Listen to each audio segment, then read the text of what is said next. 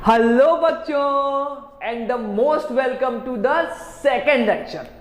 ठीक है बच्चों हम लोग पिछले लेक्चर में बेसिक इंट्रोडक्शन पढ़े थे फिजिक्स के बारे में कि फिजिक्स होता क्या क्या है। ठीक है, फिजिक्स का जो वर्किंग प्रिंसिपल होता है यानी कि फिजिक्स में जो फिजिसिस्ट लोग वर्क करता है बच्चों, उसका फंडामेंटल प्रिंसिपल क्या है। ठीक है बच्चों, और फिजिक्स को हम लोग कैसे क्लासिफाई करते हैं।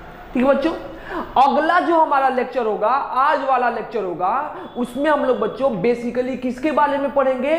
आज के लेक्चर में बेसिकली हम लोगों को अपना सिलेबस डिस्कस करना है कि 11th क्लास में हम लोगों को कौन कौन से चैप्टर्स पढ़ने हैं और उसका सीक्वेंस क्या होगा पढ़ने का। या एक तरह से आपको ये हम बताएं कि एक तरह से क्या होगा बच्चों, रोड मैप हम लोग पढ़ेंगे कि कैसे पूरे 11th क्लास को स्टडी करना है। ठीक है, इस 11th क्लास में कैसे हम लोग पढ़ा जाएगा। ठीक है बच्चों, तो आज का जो हमारा लेक्चर होगा वो टोटली हमारे सिलेबस पे बेस्ड होगा और टोटली हमारे क्या होगा, स्ट्रेटजी होगी जो हम पूरे 11th क्लास में क्या करते हैं, फॉलो करने वाले। क्लियर बात बच्चों। चलो स्टार्ट करने से पहले, जैसे अगर आप लोग सीबीएसई का या बिहार बोर्ड का जिसका भी आप सिलेबस निकाल करके देखना चाहते हो तो आप लोग सिलेबस देख सकते हो।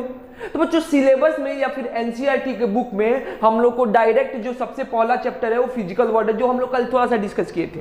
ठीक है बच्चों, उसको हमको ज्यादा डिटेल में जानने की जरूरत नहीं है, जितना हम बताए उतना सफिशिएंट है। अगर आपको ज्यादा जानना है तो आप एनसीईआरटी का बुक पढ़ो या फिर आप क्या कर सकते हो, कोई एडिशनल बुक को फॉलो कर सकते हो। ठीक है, लेकिन उससे आपको ना कहीं आगे चल के किसी एग्जाम में पूछा जाएगा, ना कहीं ज्यादा उसका यूज वगैरह होगा।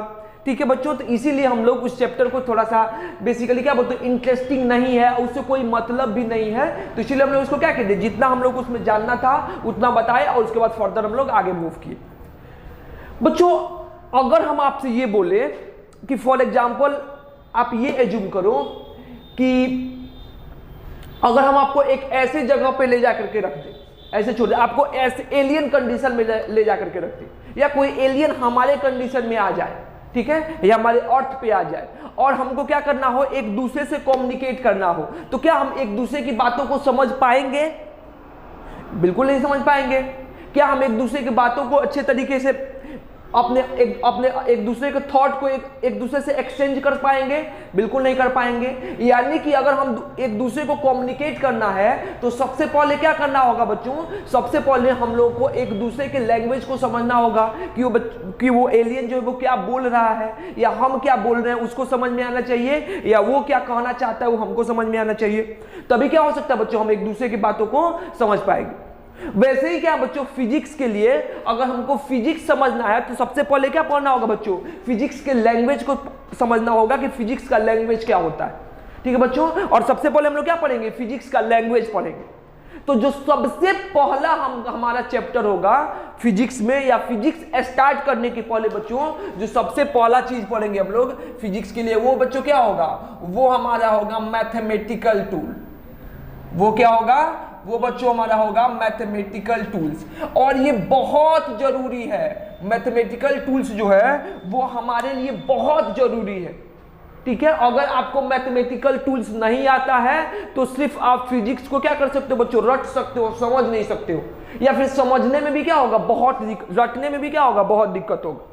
ठीक है, तो अगर आपको फिजिक्स को एंजॉय करना है, फिजिक्स के कॉन्सेप्ट को समझना है, फिजिक्स पे अच्छे अच्छे न्यूमेरिकल्स करने हैं, तो आपको सबसे पहला चीज क्या आना चाहिए बच्चों, मैथमेटिकल टूल आना चाहिए। देखो मैथमेटिकल टूल्स में सबसे बड़ी बात क्या हो जाती है बच्चों, कि जिन बच्चों का स्ट्रीम मैथ से, अगर मान लो मैथ स्ट्रीम से 11th या 12th पढ़ रहा है, इंटरमीडिएट कर रहा है, वो बेसिकली चलो उसका थोड़ा सा मैनेज भी हो जाएगा। ठीक है, अगर वो मैथमेटिकल टूल को एक बार पढ़ता है, आगे चल के वो उसको सीख सकता है अच्छे तरीके से, या उसको बेसिकली पढ़ना है पूरे मैथमेटिक्स में। लेकिन जिनका बायो स्ट्रीम है, जो नीट वाले हैं या जिनको बायो लेकर के पढ़ना है, उनको बहुत अच्छे से इस वीडियो को देखना होगा या इस पोर्शन को पढ़ना होगा। क्यों? क्योंकि बच्चों आपको ये फिर मिलेगा नहीं। अगर आप यहाँ पे अच्छे से नहीं पढ़ोगे मैथमेटिकल टूल तो फिर आपको फिजिक्स में इंटरेस्ट नहीं आएगा। और सबसे क्या होता, सबसे ज्यादा जो दिक्कत होता है बायोलॉजी वालों को फिजिक्स में इसीलिए होता है क्योंकि उनको मैथमेटिकल टूल नहीं आता है। तो बच्चों जो हम लोग सबसे पहला चैप्टर पढ़ेंगे या सबसे पहला ब्रांच को स्टडी किया जाएगा वो क्या होगा बच्चों, मैथमेटिकल टूल। और बोला जाता है कि mathematics is the language of physics. तो अगर आपको फिजिक्स समझना है तो आपको क्या जानना पड़ेगा बच्चों, मैथमेटिक्स जानना पड़ेगा। तो सबसे पहला टॉपिक जो पढ़ेंगे या चैप्टर पढ़ेंगे वो क्या होगा, मैथमेटिकल टूल होगा। ठीक है, इसके बाद क्या होगा बच्चों, इसके बाद हमारा फिजिक्स स्टार्ट होगा। मैथमेटिकल टूल कंप्लीट करने के बाद हम लोग जो सबसे पहला चैप्टर पढ़ेंगे जो हमारा क्या है बच्चों, जो एनसीईआरटी में दिया है, फिजिकल वर्ल्ड। ठीक है बच्चों, फिजिक्स एंड फिजिकल वर्ल्ड। ठीक है, तो इसमें क्या करेंगे बच्चों, हम लोग उसको पहले हम लोग पढ़ चुके हैं। हम लोग कहां से स्टार्ट करेंगे बच्चों, हम लोग स्टार्ट करेंगे यूनिट एंड, या तो आप डायमेंशन बोलिए या फिर क्या बोलिए, मेजरमेंट बोलिए। जो हमारा पहला चैप्टर होगा यूनिट एंड मेजरमेंट होगा। फर्स्ट चैप्टर होगा यूनिट एंड मेजरमेंट। ठीक है, कि यूनिट क्या होता है और किसी चीजों को हम लोग मेजर करते हैं तो कैसे मेजर किया जाता है। इसमें डायमेंशन एनालिसिस वगैरह सब कुछ आता है। यूनिट एंड डायमेंशन भी बोल सकते हैं। एससी वर्मा क्या बोलते हैं सर बच्चों, यूनिट एंड डायमेंशन। उस बुक में मेजरमेंट नहीं है, लेकिन एनसीईआरटी में क्या है, यूनिट एंड मेजरमेंट। ठीक है, और मेजरमेंट से बच्चों नीट में और आईआईटी में क्वेश्चंस पूछे जाते हैं। ठीक है, तो इसीलिए हम लोग को पढ़ना है। जो सेकंड चैप्टर होगा वो होगा यूनिट एंड मेजरमेंट। इसके बाद क्या होगा बच्चों, इसके बाद जो हम लोग अगला चैप्टर होगा वो क्या होगा, वेक्टर एंड स्केलर। वो होगा वेक्टर्स एंड स्केलर, कि वेक्टर और स्केलर क्या होता है और वेक्टर की प्रॉपर्टीज वगैरह इसमें पढ़ेंगे। Dot product, cross product, addition vector, subtraction vector, ये सब पढ़ा जाएगा। एससी वर्मा के बुक में अगर आप लोग देखोगे तो उसमें क्या दिया हुआ बच्चों, उसमें दिया है वेक्टर एंड मैथमेटिक्स। ठीक है, जो मैथमेटिकल टूल है उसको किसके साथ पढ़ाया गया है, उसको वेक्टर के साथ बताया गया है। ठीक है, इसके बाद क्या होगा बच्चों, इसके बाद हम लोग मैकेनिक्स स्टार्ट करेंगे। जो हम लोग कल क्लासिफाई किए थे, जो हमारा फिजिक्स होता है उसका एक पार्ट क्या होता है बच्चों, मैकेनिक्स। इसके बाद से मैकेनिक्स स्टार्ट होगा। ठीक है बच्चों, तो मैकेनिक्स को अगर फर्दर हम लोग क्लासिफाई करें, ऐसे हम लोग जब पढ़ेंगे सिलेबस तो क्लासिफाई करेंगे बच्चों। जो हमारा मैकेनिक्स होता है, अगर ध्यान से समझिए हम लोग मैकेनिक्स, तो मैकेनिक्स को कितने पार्ट में क्लासिफाई कर सकते हैं बच्चों, हम लोग 3 पार्ट में क्लासिफाई करते हैं। पहला क्या होता है बच्चों, एस्थेटिक्स। फिर क्या होता है बच्चों, काइनामेटिक्स। और फिर क्या होता है बच्चों, डायनेमिक्स। फिर क्या होता है, डायनेमिक्स। तो अगला जो चैप्टर होगा हमारा वेक्टर और स्केलर के बाद वो हमारा क्या स्टार्ट होगा बच्चों, मैकेनिक्स से स्टार्ट होगा। और मैकेनिक्स में हम लोग जो सबसे पहला ब्रांच पढ़ेंगे या चैप्टर बोल दो, वो बच्चों क्या होगा, काइनेमेटिक्स होगा। अगला ब्रांच को हम लोग क्या बोलेंगे बच्चों, यहां पे लिखना, अगला जो ब्रांच होगा वो हमारा क्या होगा, काइनेमेटिक्स। अगला ब्रांच होगा काइनेमेटिक्स। काइनेमेटिक्स में बच्चों अभी के लिए हमको एनसीईआरटी के अकॉर्डिंग देखोगे तो हमको 2 चैप्टर पढ़ना है। एक क्या है बच्चों, एक पढ़ना हम लोग को मोशन इन 1 डायमेंशन, जो आप लोग 9th क्लास में पढ़ के आते हो, स्ट्रेट लाइन मोशन, या उसको बोलते हैं क्या बच्चों, रेक्टिलिनियर मोशन। ठीक है, यानी कि जो पहला चैप्टर होगा बच्चों वो क्या होगा, 1 dimensional motion, straight line motion और रेक्टिलिनियर मोशन। ठीक है, तो क्या बोलेंगे बच्चों, 1 डायमेंशनल बोल दो, इसको बोल देंगे 1 डायमेंशनल मोशन। 1 डायमेंशनल मोशन, जो सबसे पहला चैप्टर पढ़ेंगे 1 डायमेंशनल मोशन। और एनसीईआरटी क्या बोलता है बच्चों, जो सेकंड वाला होता है उसको क्या बोल देता है, 2 डायमेंशनल मोशन या प्रोजेक्टाइल मोशन, जो सेकंड चैप्टर है। और दोनों के अंदर बच्चों एक नया चैप्टर है या एक अलग टॉपिक है, रिलेटिव मोशन, जिसको इसमें क्या कर देता है, इंक्लूड कर देता है। हम लोग बच्चों इसको 3 अलग अलग चैप्टर में पढ़ेंगे। पहला क्या पढ़ेंगे बच्चों, 1 डायमेंशनल मोशन। हम लोग दूसरा हम लोगों को क्या पढ़ना है, दूसरा हम लोग पढ़ेंगे क्या बच्चों, 2 डायमेंशनल मोशन। और लास्ट वाला को बच्चों क्या बोलेंगे, लास्ट वाला बोल देंगे हम लोग रिलेटिव मोशन। लास्ट वाला क्या हो जाएगा बच्चों, रिलेटिव मोशन। रिलेटिव मोशन बच्चों अभी तक आप लोग नहीं पढ़े होंगे रिलेटिव मोशन को। 9th क्लास में आपसे पढ़े होंगे कि हम रुके हुए हैं और क्या है, कोई ऑब्जेक्ट चल रहा है। लेकिन रिलेटिव में क्या पढ़ना है बच्चों, कि अगर मान लो कोई ऑब्जेक्ट चल रहा है और दूसरा जो ऑब्जेक्ट जिसपे हम लोग बैठे हैं वो भी क्या हो रहा है, चल रहा है, यानी कि दोनों ऑब्जेक्ट क्या होगा, मूव करेगा। तो उसके रेस्पेक्ट में जो चीजों को हम लोग कैलकुलेट करेंगे तो उसको क्या बोलेंगे बच्चों, रिलेटिव मोशन। तो काइनेमेटिक्स में बच्चों हम लोग को 3 चैप्टर्स पढ़ने हैं। पहला क्या है, पहला है हमारा 1 डायमेंशनल मोशन, दूसरा क्या होगा 2 डायमेंशनल मोशन, और तीसरा क्या होगा बच्चों, रिलेटिव मोशन। ठीक है, इसके बाद बच्चों हम लोग का डायनेमिक्स स्टार्ट होगा। इसके बाद काइनेमेटिक्स खत्म, तो लिख नहीं रहे बच्चों। इसके बाद हमारा क्या हो जाएगा, इसके बाद हमारा डायनेमिक्स स्टार्ट हो जाएगा।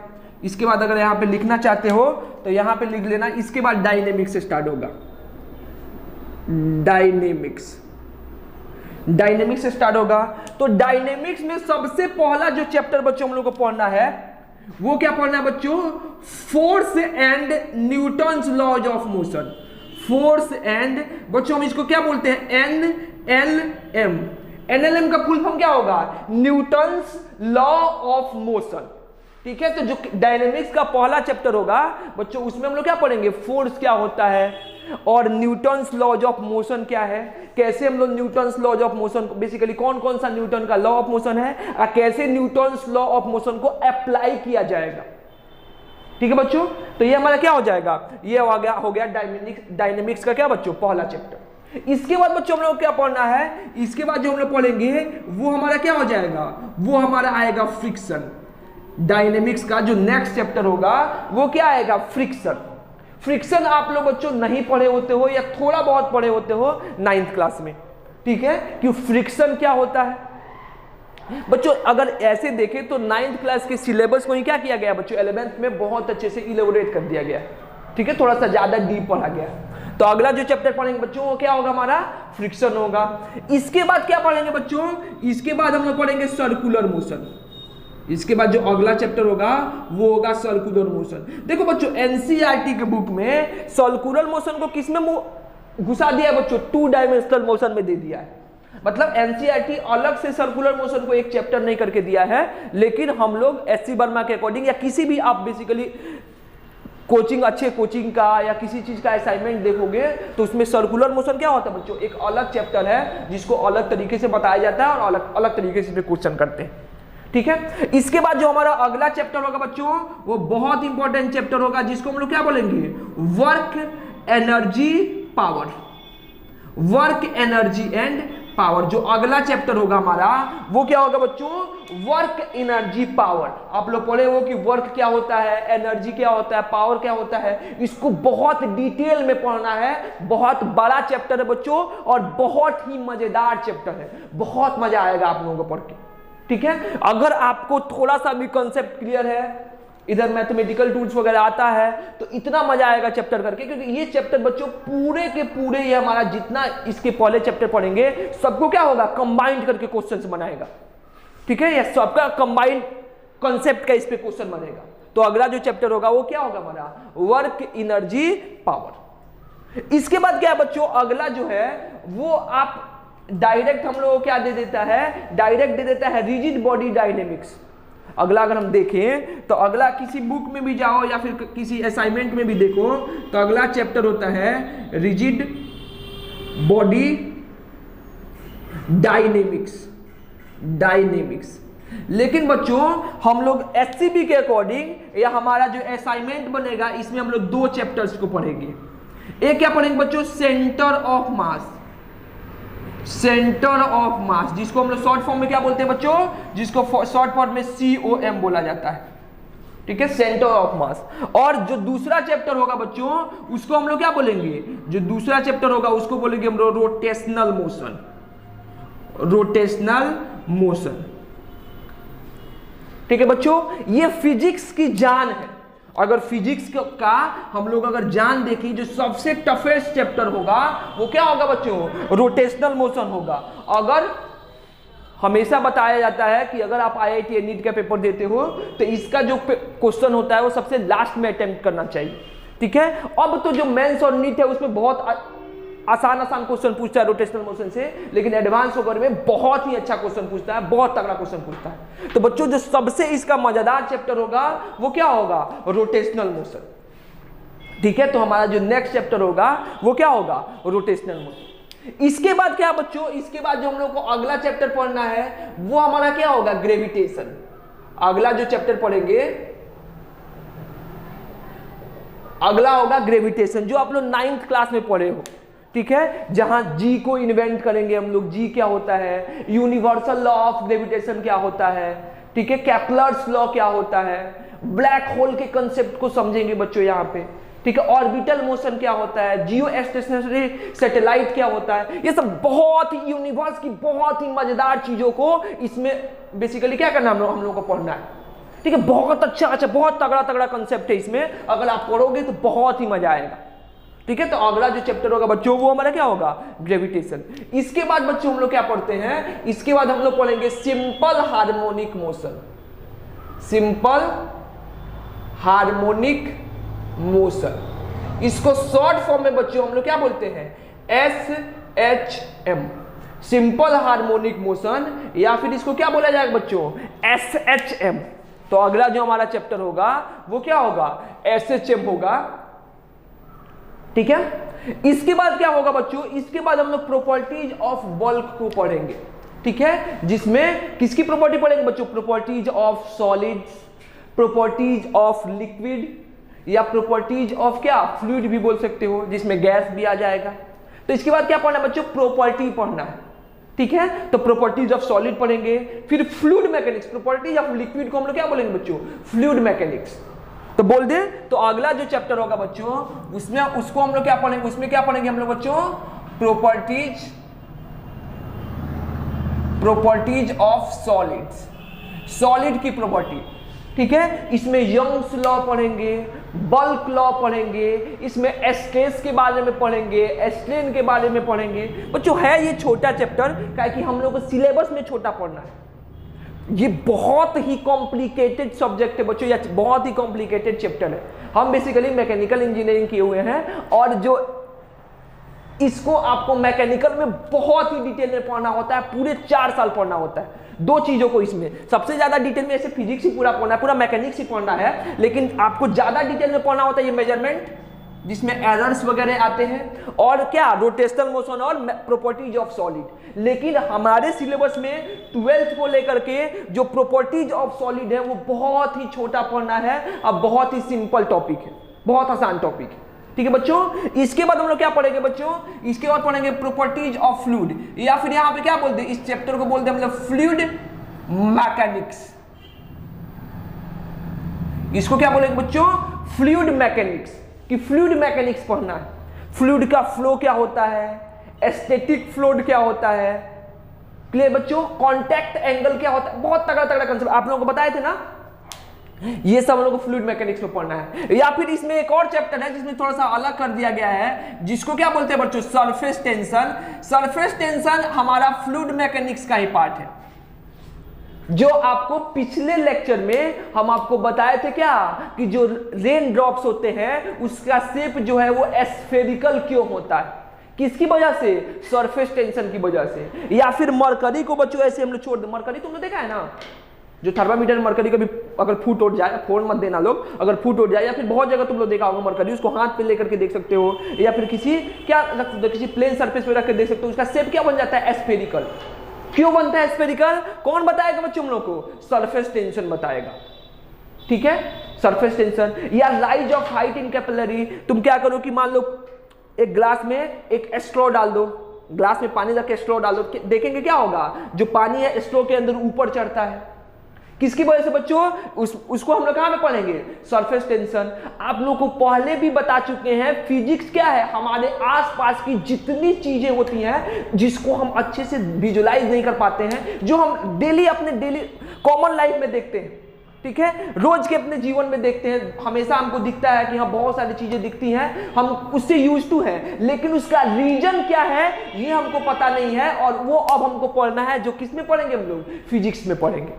ठीक है, तो अगला जो चैप्टर होगा वो क्या होगा बच्चों, सरफेस टेंशन होगा। क्लियर बात। इसके बाद क्या है बच्चों, सरफेस टेंशन के बाद जब हम अगले टॉपिक में पढ़ेंगे वो हमारा क्या होगा, वो अब हम लोग किसकी प्रॉपर्टी पढ़ लिए, प्रॉपर्टीज ऑफ सॉलिड पढ़ लिए। फ्लूइड का मतलब क्या होता है, देखो फ्लूइड होता है anything which can be flow, कोई भी चीज जो बह सकता है। अब बह क्या सकता है, पानी भी बह सकता है और गैस भी बह सकता है, हवा भी बह सकता है।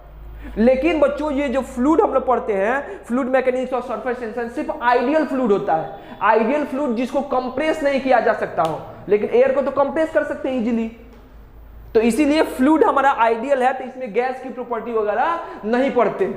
तो इसको कहां पढ़ते हैं बच्चों, इसको हम एक अगले चैप्टर में पढ़ते हैं, गैस की प्रॉपर्टी, लेकिन उसको पढ़ने से पहले हम लोगों को बेसिकली क्या पढ़ना है बच्चों, काइनेटिक थ्योरी ऑफ गैस पढ़ना है, काइनेटिक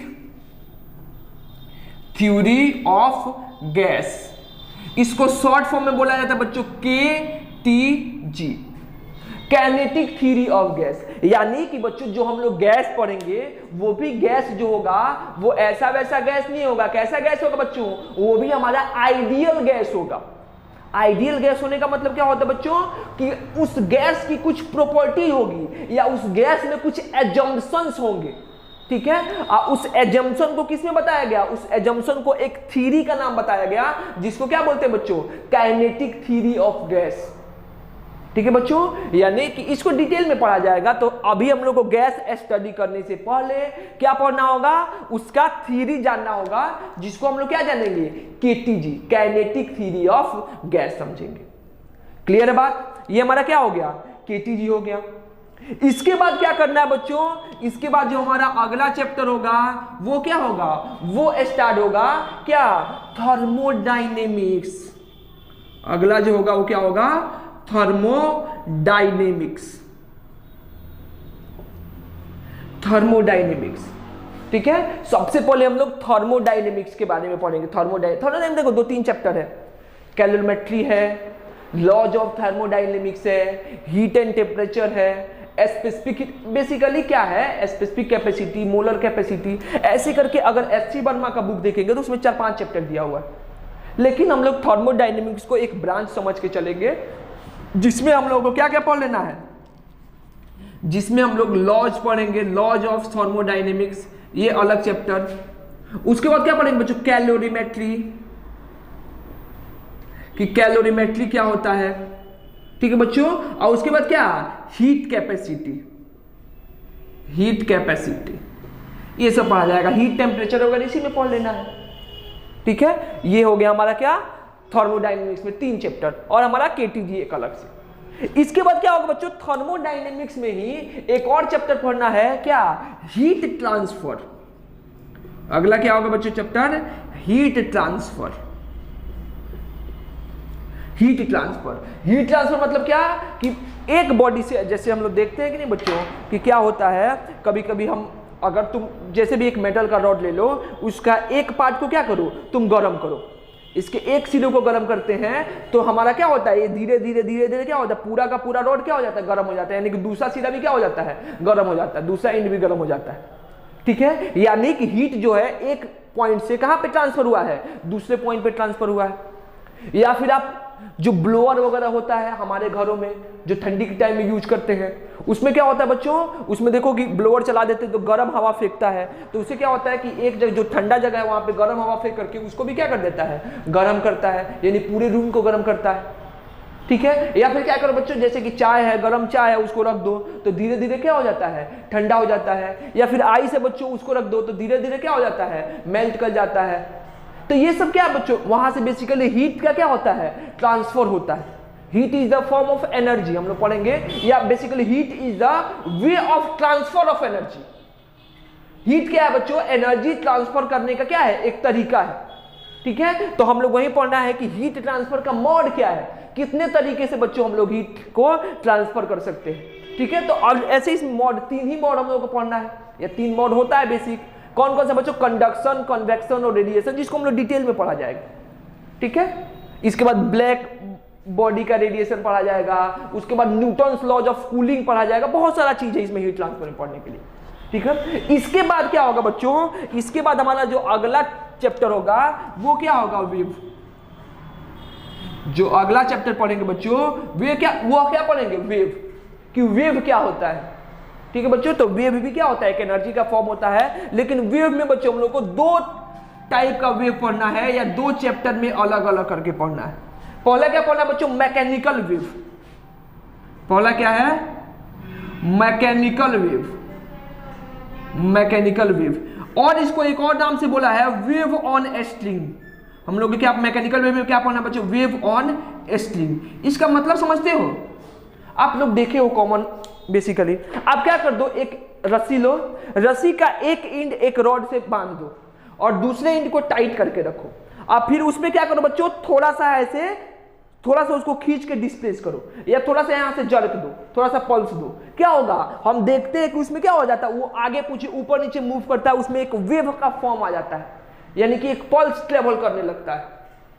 तो उस टाइप के वेव को क्या बोलते हैं, मैकेनिकल वेव। या आप लोग ये भी समझोगे, आगे चल के पढ़ेंगे कि ऐसा वेव जिसको चलने के लिए क्या चाहिए, जिसको चलने के लिए एक मीडियम रिक्वायर्ड होता है, उसको हम लोग क्या बोलते हैं, मैकेनिकल वेव बोलते हैं। ठीक है, wave on string, mechanical wave. ठीक है, दूसरा क्या होगा बच्चों, साउंड वेव। देखो साउंड वेव को भी एक तरह से हम लोग क्या बोलते हैं, साउंड वेव को भी चलने के लिए क्या चाहिए, मीडियम चाहिए, ये भी मैकेनिकल वेव है। लेकिन ये थोड़ा सा इस मैकेनिकल वेव को हटा ही दो, ये वेव ऑन स्ट्रिंग पढ़ो और क्या पढ़ो, साउंड वेव। ये दो टाइप का हमको क्या पढ़ना है, दो टाइप का वेव पढ़ना है, ये दो अलग अलग चैप्टर्स में पढ़ना है। ठीक है, तो ये बच्चों हमारा क्या है, ये हमारा 11th क्लास का सिलेबस है, जिसको हम लोग को इसी साल कंप्लीट करना है, और जिस सीक्वेंस में पढ़े हैं उसी सीक्वेंस में क्या करना है बच्चों, कंप्लीट करना है। ठीक है, हम लोग को थोड़ा सा भी इधर उधर नहीं जाना है, जैसे हम लोग पढ़ रहे हैं एज इट इज वैसे ही कंप्लीट करेंगे, यानी कि मैथमेटिकल टूल से स्टार्ट करेंगे और वेव तक क्या होगा, कंप्लीट होगा। आई थिंक हम सारा का सारा जो सिलेबस थे वो लिख दिए हैं। पहले अगर आप लिखना चाहते हो तो इसको लिखो अच्छे से, लिखना क्या चाहते हो, अगर आपको पढ़ना है तो आप लिखो अच्छे से, ये आपको जानना जरूरी है कि कौन कौन सा चैप्टर्स है। अगर वेटेज देखे बच्चों तो इसका वेटेज भी बेसिकली, इसको पढ़ने में टाइम तो बहुत लगता है, लेकिन ऑनलाइन क्लास में क्या वेटेज होगा वो डिपेंड करेगा वीडियो के लेक्चर पे। ऐसे तो ज्यादा दिन ऑनलाइन क्लास होने वाला नहीं है। ठीक है, जैसे भी थोड़ा सा भी सिनेरियो ठीक होगा, हम लोग कोशिश करेंगे कि हम लोग कहाँ पे ट्रांसफर हो जाएं, ऑफलाइन मोड पे ट्रांसफर हो जाए। ठीक है, चलो लिखो, इसके बाद पहले इसको नोट करो, हो गया, मिटा दे, मिटा दे। देखो तो बच्चों ये हमारा क्या हुआ, अगर हम यहां से स्टार्ट करेंगे तो हमारा जो पहला लेक्चर होगा जो हम स्टार्ट करने वाले हैं वो क्या होगा बच्चों, मैथमेटिकल टूल्स होगा। यानी जो सबसे फर्स्ट लेक्चर हम स्टार्ट करेंगे वो मैथमेटिकल टूल से स्टार्ट करेंगे। यानी कि मैथमेटिकल टूल्स में हम लोग को बेसिकली पढ़ना क्या क्या है, तो अगर ध्यान से देखेंगे तो मैथमेटिकल, अब पूरा का पूरा मैथमेटिक्स नहीं पढ़ेंगे, बेसिकली मैथमेटिकल टूल्स में वही चीजें पढ़ाई जाती हैं जो चीजों को हम लोग का डायरेक्ट रिलेशन होता है किसके साथ, फिजिक्स के साथ। हम सारी चीजें नहीं पढ़ेंगे, पूरा का पूरा मैथमेटिक्स लेकर के नहीं पढ़ेंगे। ठीक है, आप लोग जो 12th क्लास में मैथमेटिक्स पढ़ना है उसी का छोटा छोटा पोर्शन, देखो मैथ्स वालों के लिए भी जरूरी है पढ़ना, क्योंकि बच्चों आप मैथ्स में सारी चीजें पढ़ोगे, बहुत डीप में कवर करोगे, लेकिन बहुत सारा पोर्शन होगा जो आप 12th में कवर करते हो, लाइक कैलकुलस। इस मैथमेटिकल टूल में हम लोग एक ब्रांच पढ़ेंगे जिसको क्या बोलेंगे बच्चों, कैलकुलस। ठीक है, तो कैलकुलस की जो भी चीजें होंगी, जितनी चीजें आएंगी वो सारी की सारी आपको कहां पे पढ़नी है, वो सारी की सारी आपको 12th में पढ़नी है मैथ्स के क्लास में। लेकिन अगर आपको फिजिक्स समझना है तो 11th क्लास तो पूरा गोल हो जाएगा। तो इसीलिए आपको मैथमेटिकल टूल्स को यहां पे 11th में फिजिक्स में बहुत अच्छे से करना होगा। ठीक है, देख क्या लेते हैं बच्चों कि हम लोग को मैथमेटिक्स में क्या क्या पढ़ना है, इसको मिटा दें, मिटा दें। तो बच्चों जो मैथमेटिकल टूल में हम पूरे के पूरे सारा का सारा जो बेसिकली मैथमेटिक्स है उसको नहीं बताएंगे, जो चीजें हमको जाननी है, जितनी चीजें जाननी है उतनी चीजें पढ़ेंगे। सबसे पहली चीज क्या पढ़ेंगे बच्चों, इसमें जो हमारा जो सबसे पहला लेक्चर होगा जो कल आएगा वो किसका आएगा, फंक्शन का। मैथमेटिकल टूल में बच्चों जो सबसे पहला लेक्चर पढ़ेंगे वो किसका पढ़ेंगे बच्चों, फंक्शन का पढ़ेंगे कि फंक्शन क्या होता है। ठीक है, फंक्शन के बारे में पढ़ेंगे, डोमेन रेंज वगैरह निकालना सीखेंगे। उसके बाद क्या पढ़ना होता है बच्चों, उसके बाद सिंपल हम लोग ट्रिगोनोमेट्री पढ़ेंगे। उसके बाद सिंपल हम लोग ट्रिगोनोमेट्री पढ़ेंगे, simple addition rule, subtraction rule, sine rule, cosine rule, बस ये सब चीजें। क्वाड्रेंट में कब पॉजिटिव होगा, निगेटिव होगा, ये बेसिक चीजें, ठीक है, जो ट्रिगोनोमेट्री में आएंगे। इसके बाद बच्चों हम लोग क्या पढ़ेंगे, इसके बाद हम लोग कैलकुलस पढ़ेंगे। ये जो बच्चों जो कैलकुलस है ये एक नया जो है आप लोगों को नया ब्रांच है जो आप लोग 9th 10th तक नहीं पढ़े हो, तो ये एकदम पूरा अनसीन होता है। और फिजिक्स में सबसे ज्यादा किसी का यूज होता है तो कैलकुलस का होता है। एक बार फंक्शन और ट्रिग्नोमेट्री तो जितना आप पढ़े हुए हो, फंक्शन तो नहीं छोड़ो, ट्रिग्नोमेट्री जितना आप 9th 10th में पढ़े हो, अगर नहीं भी पढ़ते हो तो चल जाएगा, लेकिन कैलकुलस एकदम अनसीन होता है, और फिजिक्स में सबसे ज्यादा जो नीड होता है जिस चीज का, मैथमेटिक्स का, वो क्या होगा बच्चों? कैलकुलस होगा। ठीक है, तो इसके बाद हम लोग क्या पढ़ेंगे? कैलकुलस पढ़ेंगे। उसके बाद हम लोग पढ़ेंगे बच्चों बाइनोमियल थ्योरम थोड़ा सा, या लॉगरिथम इसके बाद पढ़ लेना। लॉगरिथम हम लोग ज्यादा, लॉगरिथम और बाइनोमियल थ्योरम और एक्सपोनेंशियल, ये एक लेक्चर में आ जाएगा। बाइनोमियल थ्योरम और एक्सपोनेंशियल फंक्शन,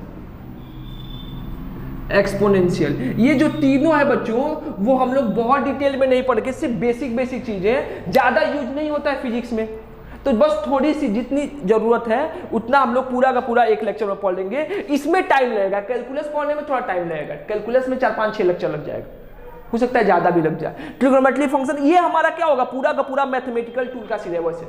तो बच्चों जो नेक्स्ट लेक्चर आएगा, जो कल से आएगा, वो हमारा बहुत इंपॉर्टेंट लेक्चर होगा, और अब से जो आप लोगों को मजा आना शुरू होगा फिजिक्स पढ़ने में, बहुत इंटरेस्ट आएगा। और जो सबसे पहला टॉपिक पढ़ेंगे बच्चों, हम लोग क्या पढ़ेंगे? फंक्शन पढ़ेंगे, जो मैथमेटिकल टूल का पार्ट होगा।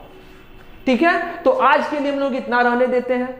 ठीक है, छोटा लेक्चर ही है, कोई दिक्कत नहीं है, अभी पहला दूसरा लेक्चर है।